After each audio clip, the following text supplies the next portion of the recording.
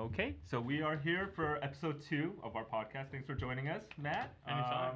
So can you introduce yourself and tell us a little bit about what you do? Yeah. What's going on, guys? My name's Matthew Girard with We Fund LA. We're a local direct lender / seller and servicer based out of Pasadena, California. We're actually sponsored by New American Funding, so I'm sure you guys have heard a lot about us. Awesome. Well, thanks for joining us. And Jason, of course, is here as well. Hello. So, first thing off, we want to talk about the market. How's the market? Where are things going? What are we seeing? So, you want to lead us off, Matt? Yeah, man. I would just say kind of in general right now, we're dealing with, a pretty difficult market, especially, for some first-time home buyers out there. A lot of sellers still kind of married to their pandemic level interest rates and whatnot. Mm-hmm. So we're not seeing too many people willing to let go yet. I think we're just causing, obviously some issues with inventory, right? Yeah. So inventory's been the topic of conversation for a lot of buyers these days. Yeah. What are you seeing in the market? Yeah. Hey, you know what? It's been like a chase now. There was this time where it's kind of like steady pace, but now I have to be quick on my feet. I have to jump on the call. Talk to the agent, be on the phone, because now we're getting properties that are getting over asking again, multiple bids, multiple offer situations, just like that. Way past today, appraisal, right? And we're competing with hedge funds again. Everybody's hearing Blackstone or BlackRock. People coming in very heavily capitalized, looking to buy all cash. So you got to find a way to compete with those buyers. Yeah, right? Definitely. I think along the lines of that. Following up with the agent is really important. Even the numbers are what they are. If you're only pre-approved for 700, that's the most you can go. Mm-hmm. But I had one property that came back to me on Friday, so we opened escrow on that, and potentially another one today. So by following up with the agent, just making sure you're professional, and who knows what can happen. Definitely. I wouldn't count on it falling out of escrow, but if it does, you want to be the person they call first to come to you with. I think that's why it's really, really important to kind of stay top of mind, like you said, following up not only from your guys' perspective as agents, but for us as lenders too. Yeah. If we have a deal that's going in, we're more than happy to reach out to the listing agent and make sure that they're reassured of our client's finances, their situation, so that they know things are not going to be likely to fall through the escrow process. And I think that those little things are really what's making a big deal. It's the little things that go a long way. Definitely. So that being said, I wanted to talk a little bit more about what we do on our end to help get offers accepted. What are the little things we do? I borderline bother the other agent call them before I send the offer, call them right after, and then I'll basically text them every morning and evening until they get back to me. You got to snag their attention somehow, right? Yeah, I'd rather be more overbearing than non-communicative. Exactly. I feel like it goes a long way, even when we haven't gotten our offer accepted. They do appreciate that kind of follow-up. And sorry, I don't mean to interrupt. No, you're good. When you're getting multiple offers, not 2, 3, 4, 5, but when you're talking like 10 to 15 offers, you got to think like there's a lot of other people who are going to be in your position as well, who are constantly trying to reach out, constantly trying to follow up. So from that listing agent's perspective too, their phone's going to be constantly getting blown up. They're going to have missed calls, missed text messages, and they might just not get around to everything. So as long as you're keeping your message or your voicemail at the top of the queue, you're more likely to get a response than the person who just submits the offer, kind of sits back. And just send an email and then just it's if you have a lead, right, or like a client that you're trying to pursue, and you have 3 other agents competing for the same lead, right, and you just send them one email. Yeah. Are they going to respond? No. How many times did you call them? Did you call? Did you leave a voicemail? Did you send a follow-up text? All these little things, again, that goes a long way. Yeah. And you just got to really make sure to stay top of mind from a lender, agent, or anybody's perspective. Yeah. I'd really like to mix up the communication style. So follow up with the email and then the text. And then a call. Until you get to know somebody, you don't know the preferred method of communication. Yeah, right? that's absolutely right. Some people hate talking on the phone. Yeah. Some people hate texting, and some people don't check their email. So you gotta give it all a shot. Which is wild, yeah. I was on a phone today with an agent, and what I'm doing now is keeping them on the phone as long as possible. And it's even the agent. Yeah, even just building that relationship. I think my question was man, it's a wild market, right? What's going on your end? What are you seeing? How are you navigating this market too? And then it was great because surprisingly you hear that sigh like, you know, and this is our company's property, you know, we just really want the asking. These tenants are like, people are struggling right now. It's definitely not what we're used to seeing over the past couple of years. So it's all about finding ways to kind of navigate, to connect, to build rapport, and you know, kind of make yourself stand out from the rest of the competition. So I never thought you'd have to do that so much with the agent too. But no, I know it's crazy. It's crazy. Even like we're submitting offers and like we're not hearing back. Our agents are telling us, like, hey, have you heard from this guy? We're like, no, we haven't heard from him. Have you? Like, they're just not returning calls. So. But I think it's really powerful as the lender to do that follow-up call. Cause, I mean, at the end of the day, like we're the people who are have I guess like the best overall view of our client situation, right? We review their finance, we review their income, we make sure that they're qualified, we review their assets, we make sure they have enough money in cash to close, and we review their credit to make sure that all of their debt obligations are in place. And they're able to move forward with the escrow, right? And officially close on time, not have things slip through the cracks. So right. I think that's really important, and that's part of the reason why we like to reach out, just because it shows like that little extra sense of credibility. Like if we submit an offer, like we are going to close because we're sure that the file's already been underwritten, like everything's in line, like we have no chances of hiccups. In my opinion. At least, right? From the files that I and my team personally submit, like we don't have any issues whatsoever. Okay, so, awesome. I think it goes a long way. I think so too. And it's that extra touch point that can really seal the deal sometimes. Yeah, you know? so if people have a lender out there who's not following up on their not offer, performing, give me a call. That's funny. That's funny. Awesome. Do you have anything else to add? No, I don't think so. So I guess like a question for you guys is like, what do you think is like something that, you know, sets your offer apart from the rest in an environment where you have, you know, once again, more and more cash buyers kind of coming out of the woodworks and people writing competitive terms? Like, I guess, in your opinion, like, what are competitive terms for like an escrow, right? I think I've been writing a lot of my 7-day loan, 10-day appraisal, 10-day inspection, 21-day escrow. Or we're flexible with whatever, you know. And I think past that, it's really, because the numbers are the numbers, you know. If you're pre-qualified, if you got everything and everything else is the same, then you just like the small things we kind of talked about to try to make it stand out. And then I guess like kind of like, you know how we were talking about like the cash buyer aspect too, right? If you can come in cash, you can have maybe 5-day inspection, no loan, no appraisal, maybe even 2 weeks, right? And I feel like it's definitely gonna kind of set yourself apart from the competition as well. And like typically, I think there's a statistic out there saying that like you know, cash buyers on average pay about like, I don't want to like quote it, but maybe it's like 9 to like 11% less in terms of like the sales price than like, you know, somebody who's going to be using financing or something. Right. Just because people don't want to take the risk and they don't want to have the chance for things to fall through the cracks. Right? Yeah, definitely. So having that cash aspect can kind of like go a long way, even if you're writing, you know, a financing offer, come in, you know, 15 to 18-day close, no loan, no appraisal, you just keep time for the inspection. I feel like that might even be like the winning offer as well. That'd be a really powerful offer. But I think calling the agent, finding out what they really need. You think that's probably most important? Yeah, because some people are like, they're flexible. They're just like, okay, we just want the most money. Yeah, we're literally just looking for the highest ticket, right? Or whatever wins. Like that deal I was telling you about. Just show me the money. Show me the money and it's yours. It's like, okay, well, if that's what they need, then, you know. Sometimes they need things like longer closes though, or like leasebacks and things like that. So it's just really working with the agent, finding out, you know, what the best terms are gonna be. Because everyone's like needs are like so specific, right? Some people they need more time to figure out their future living situation. Some people need to make minor repairs to the property before they feel comfortable selling it. There's so many variables. That like you really are completely unaware of unless you're able to get in touch with the listing agent. We're helping a client with trying to find her first home, and the offer we made where the agent called me back today, they want 7 days after close of escrow because they're closing concurrently with their next purchase. With their next purchase. They need some time. But that was a big sticking point to my client. She didn't want, she wanted 3 days max, and I don't know, sometimes it's just interesting what really like pushes other people's buttons. So I guess she had a bad experience with tenants. Her family owns a property, so it could be that is tough time getting people out.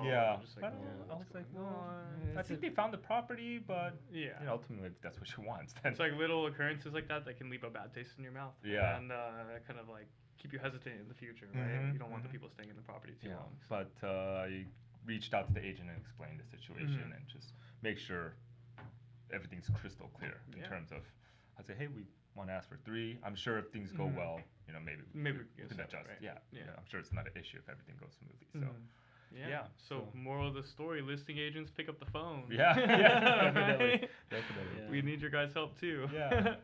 That being said, we took interesting training talking about cash buyers. That program. Yeah. So maybe you could tell us a little bit about that program and. Yeah. Of course, I'd love to talk a little bit more about it. So NAF Cash is a pretty popular program that we've been seeing kind of, surface more and more lately. It's actually something that we offer. It's a proprietary program. It's in-house.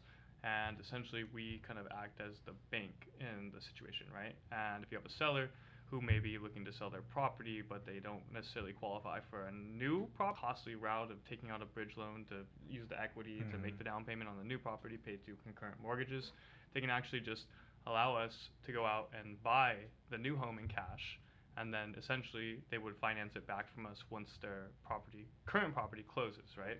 So you can have 2 deals going at once. You're not paying 2 mortgages.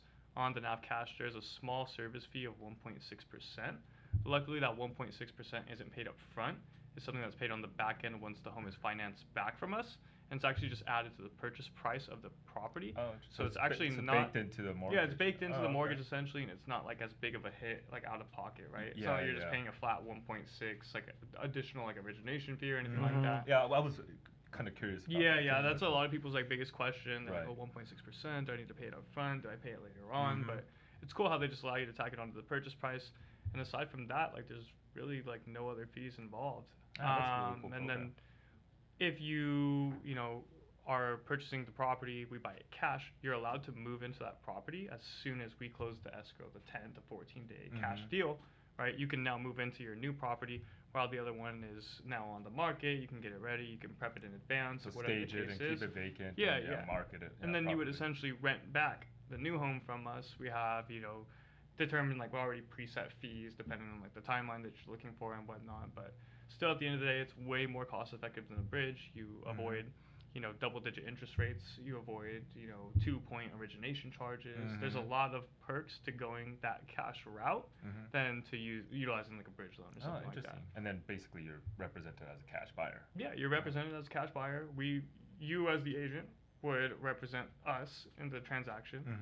We would close the transaction, and then you would also represent your buyer in the following transaction as well. Okay, so is there closing costs twice? No, there's not closing costs twice. It's all just one deal. It's just 2 different transactions. It's tricky in that sense, but we buy it cash. We make sure that everything's kind of like waived in that sense, and then we kind of like go from there, right? Yeah, and that 1.6% is basically all the fees. Yeah, the 1.6% is basically the fees, and then obviously you're gonna have your standard loan fees, title, escrow, appraisal, all that stuff when you finance it back from us. Got it. But it will all be covered up front for the initial transaction. Okay, interesting. You just don't pay it until the loan closes with us afterwards. Awesome. Oh, that's a great problem. Yeah. So super cool.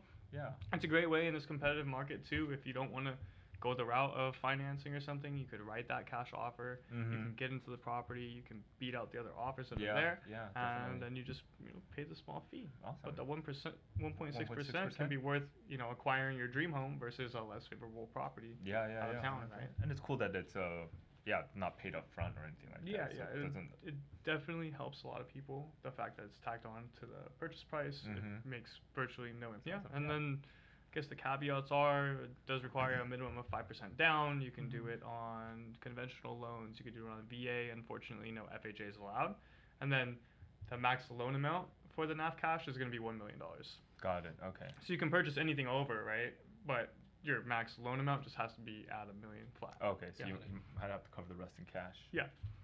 Sometimes we can pull off exceptions because we used to go up to 1.5. It really just depends on the deal itself. Got it. If it makes sense, it makes sense. If it doesn't, it doesn't. We would just send it up to management for a secondary approval. Got it. Okay. Okay. So case by case. Case by case basis. Yeah. We just try to keep it at $1 million, just so that we don't run into any like hurdles. Okay. Got it. It's a little bit easier that way. But if you have a client and they need a $1.05 million loan or 1.1, then shoot it our way. We'll run it by management, and we could always get an answer within 24 hours. Yeah. How long does it take to get someone like approved for this program? All you have to do is just get pre-approved through us, and then we would literally just send you right over to the cash team, And then as soon as you're pre-approved, you can start the transaction. Oh wow. Yeah, Okay, with the NAF awesome. Cash. Pretty cool. Super quick. As long Awesome. as you can qualify for that 5% down, conventional or VA financing. Yeah. Close, then you're all good to go and you can begin the process. Oh wow. Yeah. Awesome. Just requires additional disclosures, signatures here and there, just to Mhm. kind of make sure that everyone's on the same page. Got it. But overall, it's a really quick process. Okay. Yeah, that's So, awesome. You have a property you're looking at, you need, it has a couple offers coming in, you need to close fast. You can literally shoot someone our way, we can get them pre-approved that night, and then if you can write a cash offer and get it accepted the next day, Yeah. you got them in their home in 15, 16 days. Awesome. Alright. Super quick. Yeah. So Awesome. yeah, Wow. good option to have. Yeah. Powerful. Definitely. Powerful. Definitely, especially in this market. Yeah, Yeah, exactly. which is- Which is just like, again, as we've already talked about, like crazy competitive. Yeah. Like, Mhm. we're seeing insane amounts of offers on properties regardless of interest rates. We just have this huge issue of supply and demand, right? Right. Really low supply and crazy high demand because Yeah. it seems like everybody wants to buy a house right now, Mhm. but no one wants to sell. So Right. Yeah. here we are, Yeah. Yeah. trying to find ways to make it work. Yeah. Definitely. Hey, what kind of credit rating would they need for that? Credit rating, so people will tell you different things. They'll say, yeah, you can get conventional at 660, 680. For the most part, I always advise to be around like 680 plus. 700 plus is obviously going to get you the most favorable terms with conventional. Otherwise, you might be looking at like FHA or something like that. But for NAF Cash, I would say like 700 is definitely just going to be the most favorable spot to be at for the the most part, right? Got it. Okay. Mhm. 700. Yeah. Makes sense. Yeah. Cool. Do you have any- That's what I would recommend, at least personally. Got right? it, You can okay. go down to 680, but it's going to be ugly. So. Cool. Yeah, Oh, even yeah. at 680. I mean, it's not going to be pretty. Yeah. Got it. it's, Got it. That gray area. Mhm. So, yeah. I mean, if you're, you're getting a sweet deal at the end of the day, right? Mhm. And nothing's ever free. So if you Yeah. have poor credit, it's going to be a little bit harder. 680 is not necessarily poor, but it's not great either. Right. So Yeah. Yeah. It think definitely that's- puts you in I the tough advise spot. all my clients to try to get into that Yeah, 700. the 700 range is Yeah. going to be Yeah. the sweet spot for the Yeah. most part. Yeah. Yeah. Even ones we're coaching for a little while to Yeah. bring down that debt. I mean, if bump you're up going the credit score. If you're going FHA, you can get away FHA all the way down to like 580, right? Yeah. But then, like pretty pricing bucket and anything Right. below that, you're going to pay a premium. Sure. Yeah. It just it is what it is, right? Mhm. Yeah. So Yeah. Awesome. cool. Yeah. Cash is king, man. Cash is Cash king. is- Cash that's is the king. main- Everybody main does that, takeaway, right? yeah. Yeah. Exactly. Even if you don't have the cash, we can find ways. we can find a way to make it work. Put it on paper. At Yeah, least. exactly, Awesome. exactly. Awesome. Cool. It's awesome. Yeah. Do you have anything else you want to add? No, not for the most part. What about you guys? Anything else you've been seeing out there lately that kind of like sparked some curiosity? Nothing really that we haven't talked about already. I think we talked a little bit about some lagging sectors, right? Maybe things in the IE seem to be a little bit more available. Yeah, we're running into the first that I've personally seen on the condo declining market conditions on an appraisal. Mm-hmm. Is it the first time you've seen that? The first time that I've seen it recently, I've seen it before in the okay. past, but it's the first time I've seen it within like the past 6 months. Yeah. And truthfully, like we don't do a whole lot of business out in the IE. We mainly focus on like Northeast LA Yeah, or right. like out west and stuff. But I got this deal coming in from Ontario. It's a condominium, like really nice spot, like Mhm. super cool. I think this price is like $519. Property appraised at $519. No issues whatsoever. The neighborhood market conditions were marked off as stable. The time on market was marked off as stable. And then in the addendum for the appraisal, the appraiser made a note in like the paragraph, and he was like, "Oh, market seems to be declining. 3 to 6 months marketing time, values decreasing." And then a couple pages down, he also had marked like a declining market situation. Interesting. So we're kind of in between a rock and a hard place right now. They have we can still get the deal done. Yeah. There's just a 5% hit to the loan to value ratio Oh. for being in a declining market. So instead of 10% down, they want to see 15% down. Oh, interesting. Client's trying to find a way to make it work. I think we have another investor who will take up the deal, send a new appraiser out, and see if we get something different on that end. Yeah. Try to keep him at that 10%, just because that's really where he's comfortable. Sure. The 15%, he'll still get the deal done, but obviously he's just looking to keep some extra cash on. Yeah, hand. of course. Yeah. So those are some tricky situations.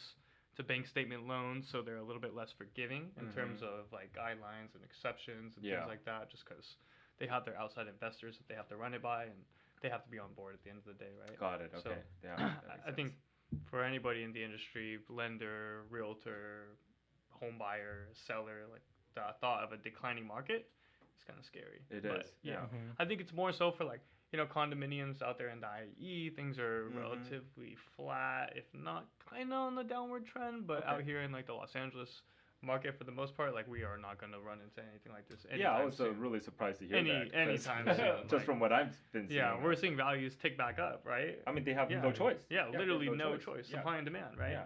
Inventory levels keep going to let go of that 2.5%. It's not only double their mortgage payment, but increase their property taxes, their insurance, like to upgrade. Exactly. Instead of looking at paying like 2x what you currently be paying, you're looking at like 3-4x in terms of your monthly payment. Nobody wants to do that. Yeah. So yeah. We're definitely in a weird like limbo phase right now. I think we'll manage to break out of it in the near future. 6 to 18 months, we should see rates really start to kind of give way. Yeah. Obviously, no guarantees, but sure, no one knows the future. Who really knows when sellers will be ready to let go of their homes? I've heard some people come by and say they're willing to sell at 6. Some people say they're willing to sell at 5.5. Some are like, I'm waiting until it hits 4%. Yeah. So all these like different perspectives, and nobody has a crystal ball, and nobody can predict the future. So yeah.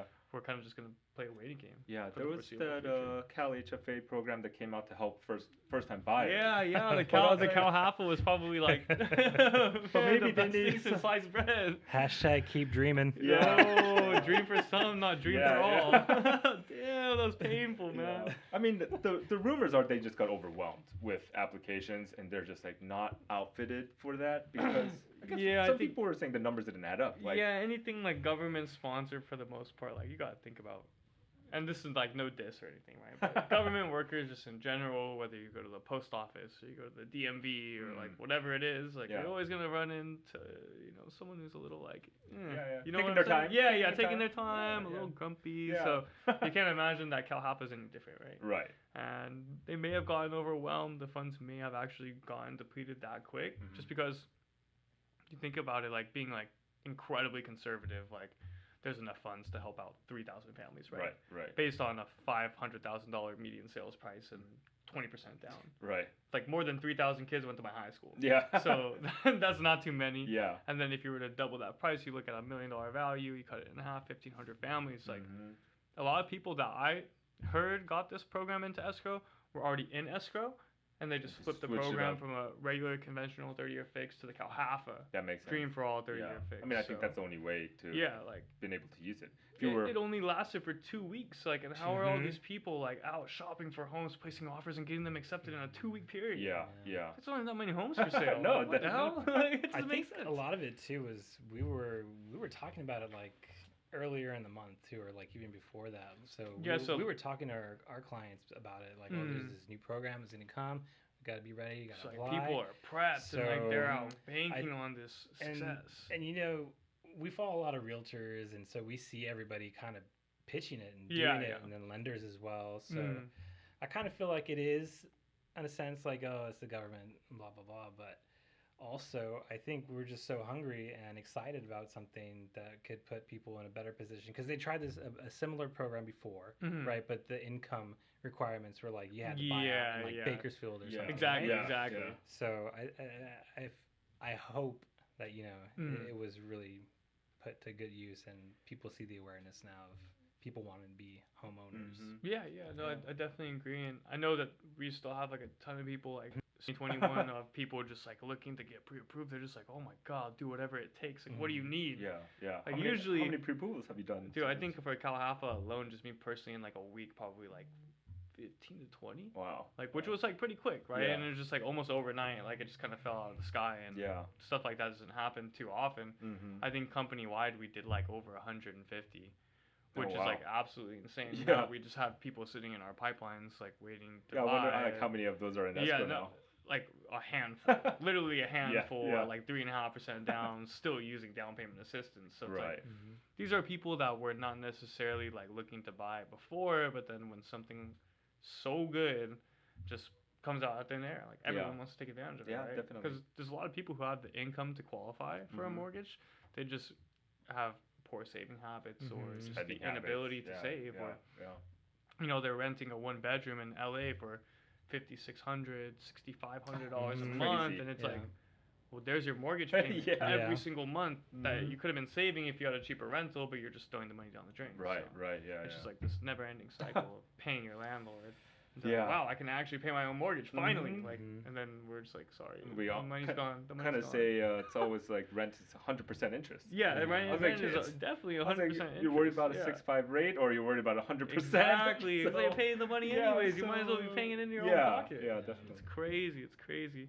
So I mean, hopefully we'll be able to see some of those people kind of come off the fence. I know I saw from a few people the Kalhafa Dream for Alls that were in escrow, they fell out. They're trying to figure out if it's transferable to a new property, and no one really knows. It's kind of like that gray area again. Yeah. So we'll see. Maybe the funds get replenished here in the future. Maybe they don't, but only time will tell, right? Yeah.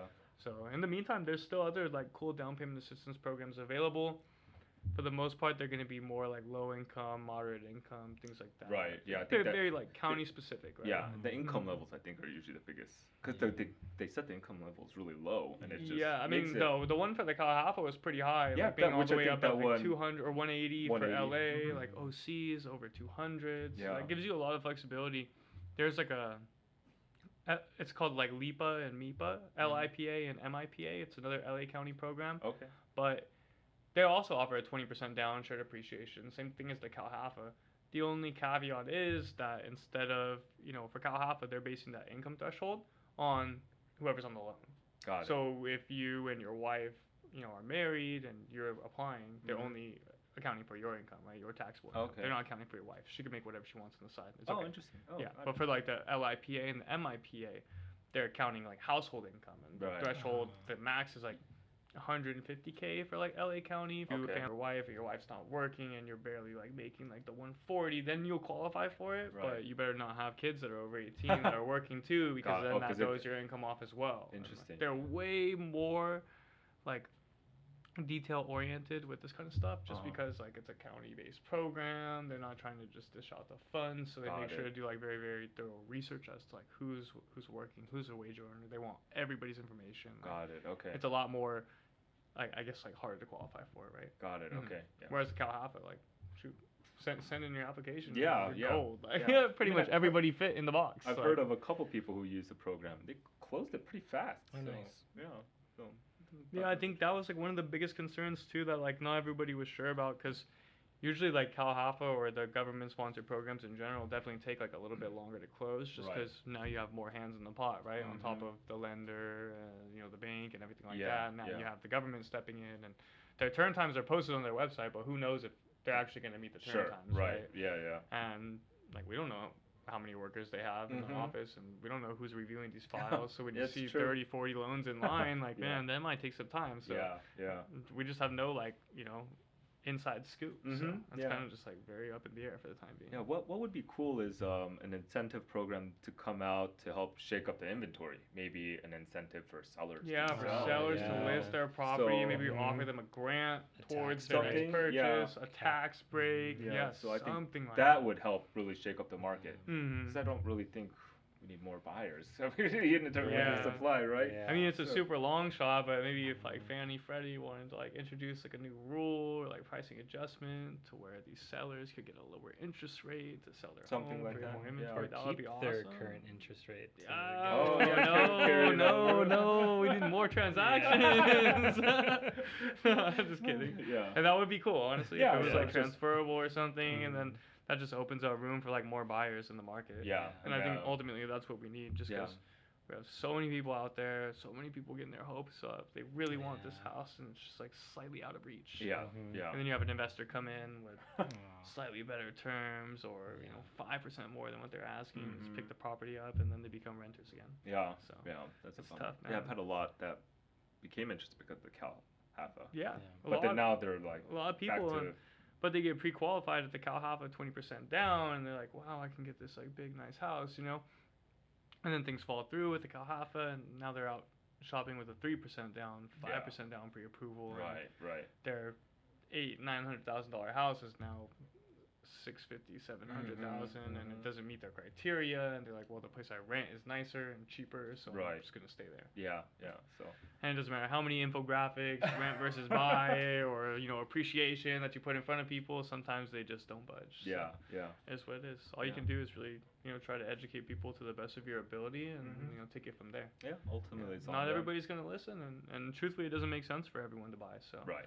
You really gotta just present them with all the different options and kind of let them choose for themselves. Yeah, definitely. So I mean, we're good into spring, summer. Hopefully, inventory, Yeah, picks in a little bit. Maybe people will take summer off and they'll just like to sell their homes Yeah. and kind of maybe put the vacations on hold for the time being. Yeah, but yeah. So you never know. Yeah, we'll have to see what happens. Keep our hopes up, right? Just like Calapa. Yeah. Well, Matt, I'm sure people might have questions for you about some of the stuff we talked about today.